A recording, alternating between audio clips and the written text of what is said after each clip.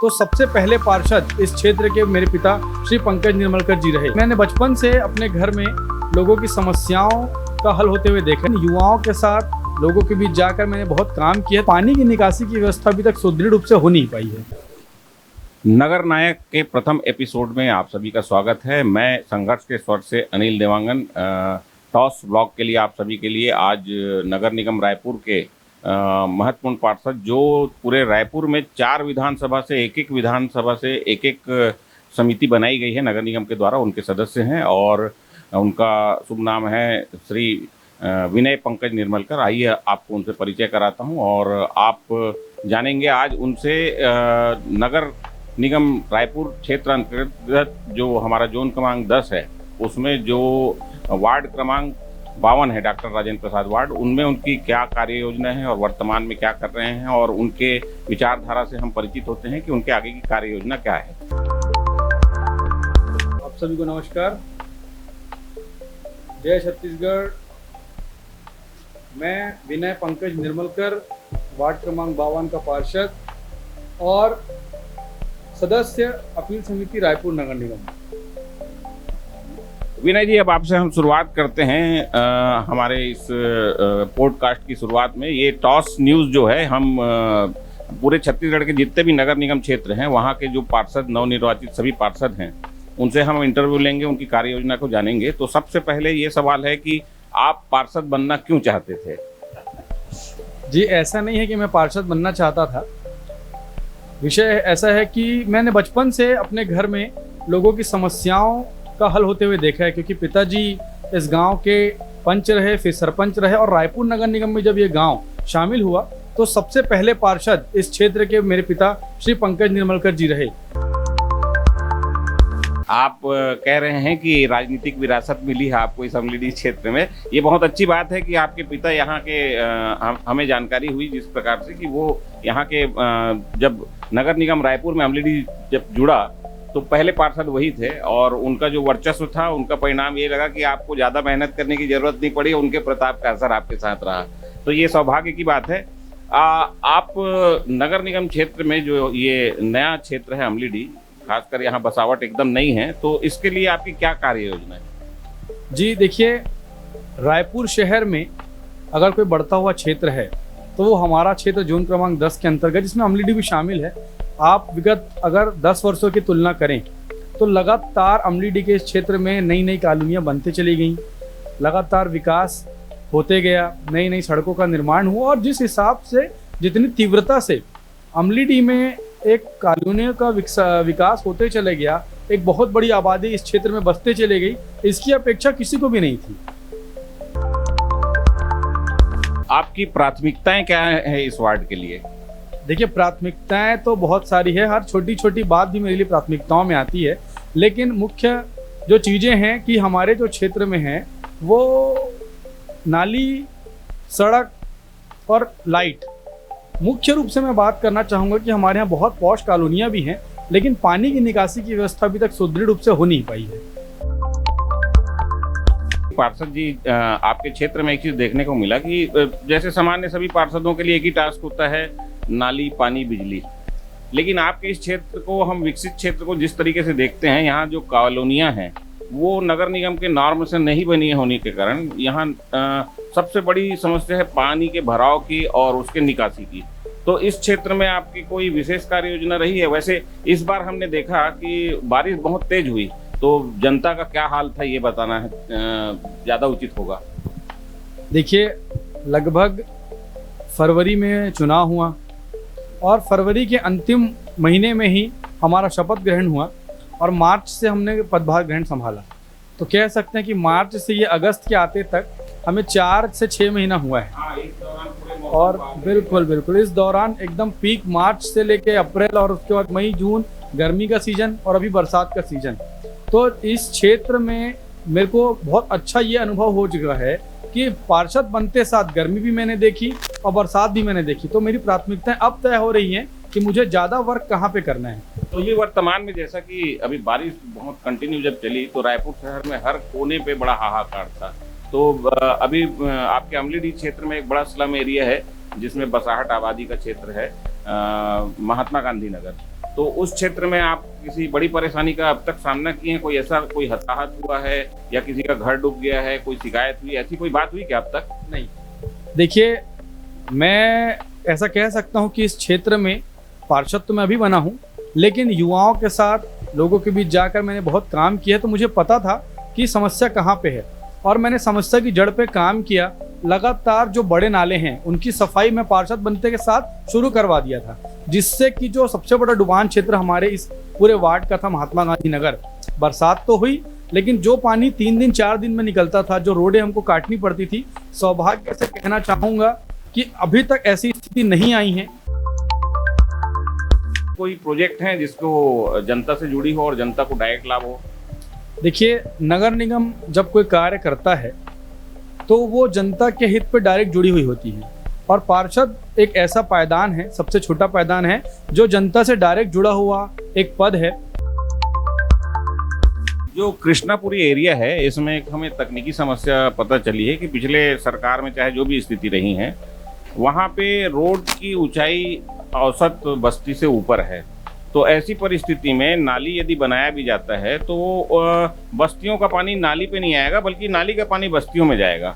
तो ऐसी कोई योजना है जिसमें आप उसके पानी को डिस्चार्ज करने के लिए जो छोकरा नाला तक ले जाना चाहते हैं, उसको कैसे कनेक्ट करेंगे? कौन सा रास्ता बनेगा? यदि इसमें कोई बस्ती का हिस्सा इसमें हताहत होता है तो उसके विस्थापन के मामले में भी आपके पास प्लान होगा। वैसे किस मार्ग से इसको ले जाना चाहेंगे? देखिए, ऐसी कोई स्थिति नहीं आएगी कि कोई बस्ती का कोई भी क्षेत्र जो है वो हताहत हो, विस्थापन जैसे भी कोई स्थिति नहीं आएगी। जीवनानी स्कूल से लेके हम सतबनिया माता मंदिर होते हुए देवपुरी मेन रोड में जब जाते हैं तो वहाँ पे पर्याप्त जगह है। बिजली विभाग के अधिकारियों के साथ मिलके मैंने सारे खंभों के सर्वे कर लिए हैं कि किन किन खंभों को हमको शिफ्ट भी करना है, और उसको लेते हुए इंजीनियरों के साथ हमारी लगभग 2 टीम 2 बार दौरा कर चुके हैं, हमारा ड्राइंग भी बन चुका है। तो ये जरूर है कि रोड आज ऊंचा है और कॉलोनी की जो बसाहट है वो नीचे है, पर उसी के तहत टेक्नोलॉजी बहुत अच्छी आ गई है, उसका व्यवस्था उसका हल निकाल रहे हैं। और एक प्राकृतिक नाले, चूंकि बहुत अच्छा बात ये है हमारे इस क्षेत्र में कि आज भी जो प्राकृतिक नाले हैं वो मौजूद हैं, हमको उन नालों को अपडेट करके उनको जोड़ना है। तो इन नालों में कुछ बसाहटें भी हैं जिनको हटाने के लिए पहले सरकार को भी बहुत तकनीकी समस्या आई है, तो इस पर क्या वो सहमत होंगे आपसे? देखिए, बहुत ज़्यादा बसाहट नहीं, क्योंकि मैं ऐसा मानता हूँ कि मैं उनके अगर अच्छे के लिए बात करूँगा, क्योंकि जब जल भराव की समस्या होती है तो सबसे ज़्यादा परेशान वही लोग होते हैं।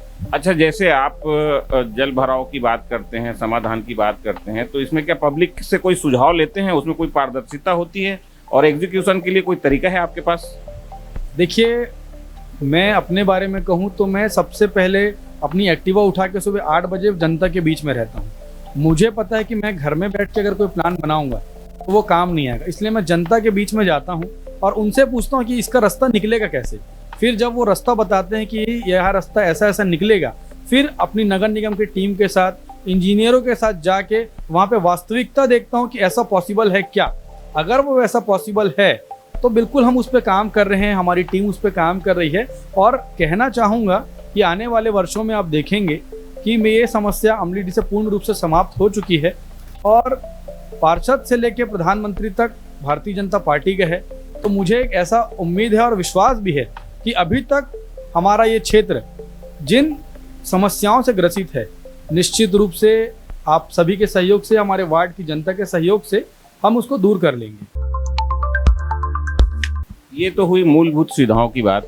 इसके अलावा महिलाओं और बुजुर्गों के स्वास्थ्य से संबंधित भी बहुत सारी बातें हैं। इसके लिए क्या कार्य योजना है आपकी तरफ से?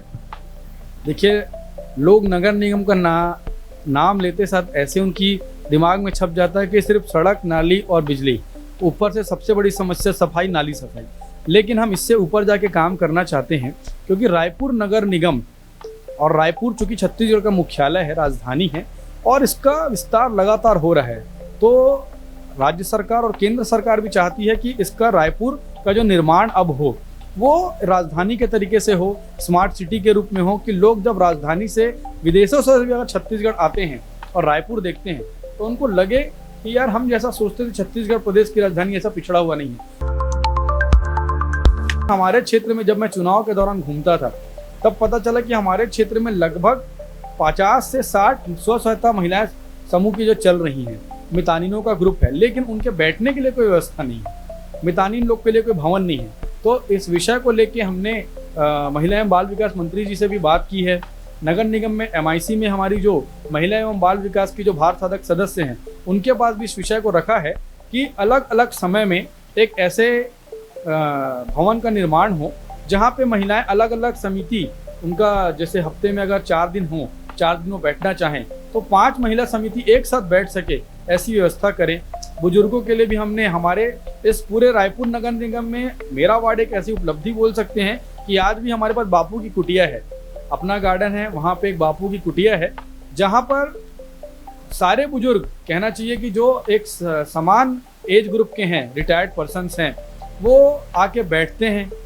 आप सुबह और शाम बिल्कुल उनको कैरम खेलते हुए वहाँ पे देख सकते हैं, और मैं उनके पास जाके, उनके पास बैठ के उनसे चर्चा करता हूँ, उनका मार्गदर्शन लेता हूँ। और उनके स्वास्थ्य के लिए भी कोई कार्य योजना जो है इसके साथ? बिल्कुल, स्वास्थ्य को लेके तो सबसे बड़ा हमारा अभी एक्शन प्लान चल रहा है कि हमारे क्षेत्र में, इस पूरे बड़े क्षेत्र में अगर देखा जाए तो एक भी सर्व सुविधा युक्त जो है अस्पताल नहीं है। हाँ, अस्पताल होने के साथ साथ जैसा आपने बताया कि आप इधर महिलाओं के लिए, युवाओं के लिए, एक चीज़ हमने भी देखा कि आपके क्षेत्र में सांस्कृतिक कार्यक्रम जो है वो बहुत बेहतर होते रहे। तो इन सांस्कृतिक कार्यक्रमों का अचानक उद्भव हुआ कि आप युवाओं से पहले से जुड़े हुए हैं, उनका जो प्लान था उसको आपने एग्जीक्यूट करने का प्रयास किया, या आपके पार्षद बनने के बाद उनमें उत्साह आ गया? ऐसी क्या वजह थी कि ऐसे आयोजन बहुत हुए इस दौरान? देखिए, युवा इस देश की ताकत है। चूँकि मैं एक युवा पार्षद हूँ तो मेरी ताकत भी मेरे युवा साथी हैं, और निश्चित रूप से जब उनका दोस्त, उनका भाई आज पार्षद बना है तो उनमें भी एक गजब का उत्साह है। और सांस्कृतिक कार्यक्रम में मैं मान सकता हूँ कि मेरे पार्षद बनने के बाद जरूर बढ़ोतरी हुई, और वो हमारे क्षेत्र के लिए अच्छा है। हमारा देश अपनी विभिन्न संस्कृतियों के लिए जाना जाता है, और हमारे क्षेत्र में भी अगर लोग संस्कृति से जुड़ के आयोजन करते हैं और लगभग सारे आयोजन में मुझे शामिल करते हैं, तो मेरा सौभाग्य है कि हमारा क्षेत्र मुझसे उम्मीद करता है, युवा मुझसे उम्मीद करते हैं, और उस पर खरा उतरने का मैं प्रयास करता हूं कि मैं अपने साथियों के बीच में रहूं, कभी उनको ऐसा ना लगे कि भाई हमसे आगे बढ़ गया। अब ये तो रही बात आपके वार्ड के विकास की, आपके स्वास्थ्य की, यहाँ की व्यवस्थाओं की। अब आपके सामने ऐसी कौन कौन सी बड़ी चुनौतियाँ हैं जिनको आप चुनौती मानते हैं, और उनका समाधान करना एक पार्षद होने के नाते और इस क्षेत्र के प्रथम नागरिक होने के नाते आप उन चुनौतियों को सामना करने के लिए तैयार हो रहे हैं? ऐसी कोई चुनौतियां हैं आपके पास, या कोई चुनौतियां हैं ही नहीं? नहीं, चुनौतियां हैं भी और चुनौतियां नहीं भी हैं, क्योंकि लगातार जनता के बीच में जा जाके हम जब काम करते हैं तो बाहर से जो चीज़ें बड़ी दिखती हैं, जब आप उसके अंदर जब चाहते हैं तब पता चलता है कि समस्या का जड़ तो है और उसका आसान सा हल भी है। मैं कह सकता हूं कि हमारे क्षेत्र का जो सबसे बड़ा समस्या, जैसे मैंने आपसे शुरू में कहा कि बड़ी बड़ी कॉलोनियां तो बन गई, बड़े बड़े बंगले भी बन गए, लेकिन पानी निकलने की जो सबसे बड़ी समस्या मुझे अभी तक जो लगती है कि हमारे क्षेत्र में निकासी नहीं है। भाई, बहुत बड़ी चुनौती।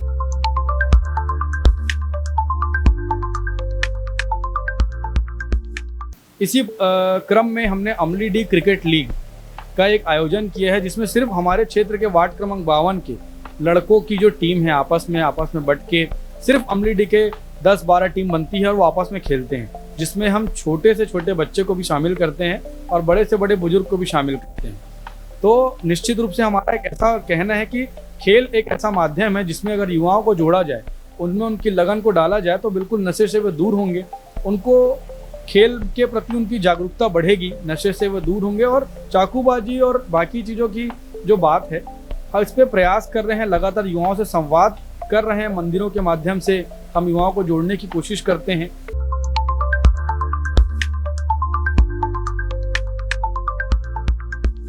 और समाज के जो हमारे, जैसे मैंने कहा कि हमारे पास बापू की कुटिया है, गांधी सदन है, ऐसे समाज के जो बुजुर्ग लोग हैं उनके माध्यम से हम संवाद स्थापित कर रहे हैं कि भैया इन सब चीज़ों से हमको दूर रहना है।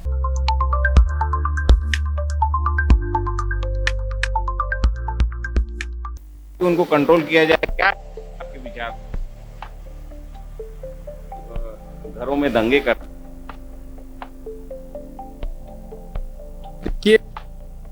ये जो 2 शराब भट्टियों की आपने बात की है, वो मैं मानता हूं कि मेरे क्षेत्र में तो बहुत पहले से है और इसको बंद कराने का प्रयास पहले के प्रतिनिधियों के द्वारा हुआ नहीं हुआ, मुझे ये दुकानें ये मेरे क्षेत्र से दूर चले जाएं। तो युवाओं से हम संवाद कर रहे हैं कि भैया आप शराब दुकान जरूर खुली है पर जरूरी नहीं पीना है। शासन अपना राजस्व बढ़ाने के लिए क्योंकि उनको बहुत सारी योजनाएं चलाती है, तो योजनाएं आती हैं उसके हिसाब से काम होता है। मैंने बहुत बार देखा है कि लोग अभी भी 67 दुकान जो खुल रही हैं, लोग उस विषय में बात करते हैं कि शराब की 67 दुकान खोलने के लिए सरकार और राजस्व बढ़ाने का उनका विषय है। लेकिन आप एक तरफ देखिए कि अगर दुकानें खुल रही हैं तो दूसरी तरफ देखिए कि सरकार बहुत सारे विज्ञापन जारी करती है कि शराब मत पियो, बहुत सारे नशा मुक्ति केंद्र खोले जा रहे हैं। शराब का एक भी व्यक्ति आप मुझे बता दीजिए प्रशासनिक स्तर पे जो युवाओं को ये कहता हो कि चलो दारू पीना है, कोई आपको पकड़ के नहीं लेके जाता। मेरा एक सबसे निवेदन है कि अगर आपको शराबबंदी से मुक्ति चाहिए, शराब से मुक्ति चाहिए, नशा से हमको दूर जाना है, तो उसका जो माहौल है वो हमारे घर से तैयार, क्योंकि जब आप अपने घर में इस प्रकार का कोई माहौल तैयार नहीं होने देंगे कि नहीं भाई शराब अच्छी चीज नहीं है, किसी भी प्रकार का नशा अच्छा नहीं होता, जब बाल्यकाल से आप अपने बच्चों को ये जानकारी देंगे, उनके मन में ये बात को डालेंगे, निश्चित रूप से वो नशे से दूर होगा। सरकार भी अपने तरफ से प्रयास करती है लेकिन समाज की भी अपनी जिम्मेदारी है। आपका कहना है कि इन समस्याओं का समाधान नैतिक जिम्मेदारी से ही संभव है, तो नैतिक जिम्मेदारी तो बिल्कुल सही बात है। अभी देखिए हाल में हमारे पास अब ये जैसे ही हरेली का त्यौहार आया हमारे छत्तीसगढ़ में, तो निरंतर त्योहारों का एक दौर चलने लगा है। तो मैं अंत में आपसे ये कहना चाहूँगा कि जनता के लिए और अभी वर्तमान में तीज त्योहार चल रहे, तो महिलाएं बहनों के लिए आपके क्या संदेश हैं, उनको आप इस अपने वार्ड में किस तरीके से उनको एक